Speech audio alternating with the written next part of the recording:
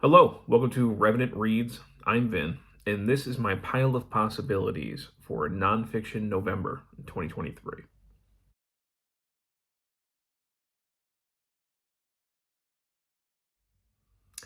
So, Nonfiction November is a yearly booktube event created by a book olive where people are essentially just encouraged to read nonfiction books. I am one of I'm the founder and also one of the co-hosts of Historathon 2023, which is a year-long event where we read and celebrate nonfiction history. And I did that because I felt that nonfiction history really did not get enough attention within the booktube world. So I've been a fan of Nonfiction November and the goals behind it. Now, Olive gives prompts that people can follow if they choose. I'm not really choosing to do that. Instead, I'm going to do what I did for Nonfiction November 2 years ago, which is try to get to some nonfiction books that I just don't usually get inside my reading rotation. I am somebody who reads a lot of nonfiction history, so I'm going to try and get a few things in my reading list. I do kind of have you can see it behind me over, you can't really see what's on there, but that is kind of a general nonfiction shelf. That it's not exactly history stuff, but stuff that just doesn't usually make it onto my TBR pile. So I picked a couple of books off of there to try and get to this month. I am going to, I think, read exclusively nonfiction this month, though. So there will, of course, be some history stuff in there as well. And then I'll get back to reading some fiction again in December. The first thing, I'll show you my pile of possibilities here. The first thing that I want to get through, because you say I began it in late October. I am, by the way, filming this on Halloween, which accounts for the Exorcist shirt. Still one day left in October. This is one that I am reading for Historathon. It was one of the books that I hauled from the Princeton University Press book sale earlier in the year that I vowed to read before the end of the year. So I am about a fourth or a fifth of the way through it. This is The Great Leveler, Violence and the History of Inequality from the Stone Age to the 21st Century by Walter Scheidel. This is a book that is turning out to be, I guess, more economic heavy than I kind of expected it to be. It is really, I didn't know exactly what kind of inequality it was going to deal with, but it's really talking about income inequality. And it's interesting so far, but it's very heavily data driven, and sometimes the data can make the going a little bit slower than I would normally like. So my goal is to try and finish this within the next week or so. You can see it's a little bit of a chunky guy. So this is going to be my first Nonfiction November read.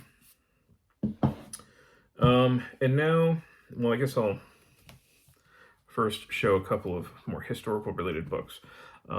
This is one that I want to get to this month. Gary W. Gallagher. His Causes 1, Lost and Forgotten, How Hollywood and Popular Art Shape What We Know About the Civil War. So this is, of course, about the Civil War, but it is also more about our memory of the Civil War and how it shows up in popular culture, especially things like film. I think it's really going to be one of the big concentrations here. I am a fan of cinema. I have heavy interest in the Civil War. I'm also somebody who's interested in historical memory.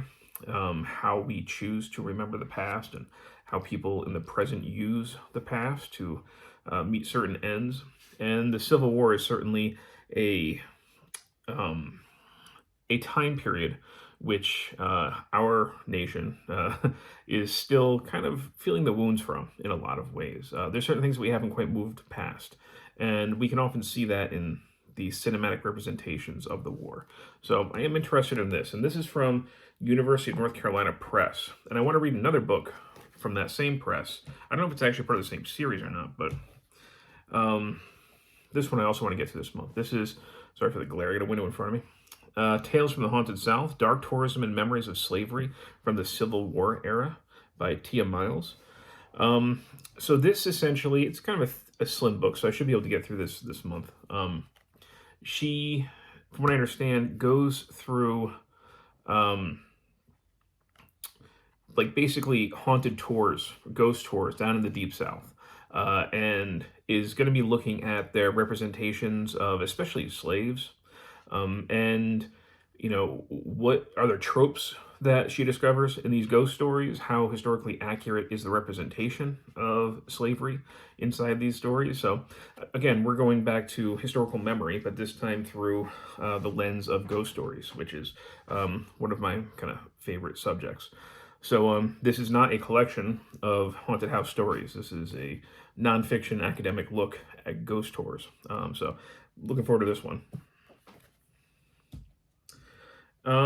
And then this is, I guess, sort of historical. It's also a biography, related also to my love of horror studies, which in October I read a lot more things relating to horror studies, and I kind of want to get that trend continued. So I'm going to try and get through some more horror stuff.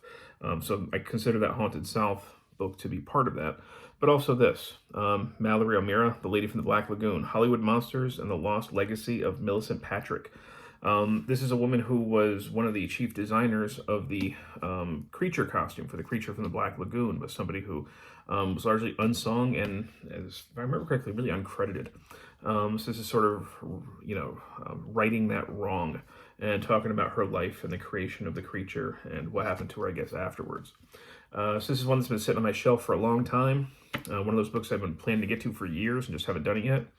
I do co-host a horror podcast called the HORRORCAST, and two of my co-hosts are two women who have created a side project podcast, Horror Through Her Eyes, which looks at horror through a woman's perspective. And they also want to basically do group reads on that podcast. And the first book that they picked was this. And I'm not a woman, so I'm not a part of that podcast, but I am... it is a book that I wanted to get to anyway, and I thought this would be a good opportunity to get to it. So I'm going to try and get through this in Nonfiction November. Okay, so here's one that is not typical of a read for me, which is one of the reasons I want to get to it this month. And that is this, Forever Nerdy by Brian Posehn, Living My Dorky Dreams and Staying Metal. I don't read a lot of, I guess, autobiographies. Sometimes I am tempted to read them, especially if they relate to the horror realm, or sometimes I give comedians a chance. A couple of years ago, actually 2 years ago for Nonfiction November, I had read George Carlin's memoir that he wrote before he passed away. And this one especially, I had gotten this, I think, for $1 at Hamilton Books, the online bookseller. It was super cheap. I like Brian Posehn. I had been listening, I listened for a couple of years actually. I don't listen to podcasts all that much anymore, just not at the time. But I was listening to his podcast, Nerd Poker, which is him and his friends basically playing Dungeons and Dragons. And I enjoyed that enough. And, I've had a good time with his comedy. And I kind of wanted to get this to kind of get a look into nerd culture from a certain age. And I thought this might be entertaining. So I picked it up for $1 at Hamilton Books. It's been sitting on my shelf ever since. And I thought, you know what, Nonfiction November, I'm coming for you. I'm going to try and get through this one as well. And lastly, hopefully not last, hopefully I'll be able to get through all these and maybe even one more, but I don't know. I'm not sure how it's going to look. Hopefully I can get through all these.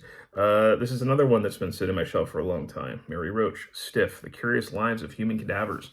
I also have her book Spook on my shelf as well, but I figured I'd start with this one. And I don't know a lot about it.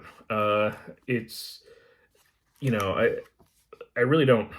I just know that the title seems really interesting. I think it's about basically the history of various dead bodies. I don't know if it's that or if it's what bodies go through after the death. I'm really not sure. So I don't know what to expect from this. But, I do have kind of a more of a grim, macabre curiosity. Again, this kind of relates to the horror studies as well. If you're interested in horror, then and you want to study horror or get to know it, more intimately, or in a more intelligent way, I think you really have to confront death in a lot of ways in its various facets. So this would be that. I don't know what to expect from it, but I know it's been sitting on my shelf for a really long time.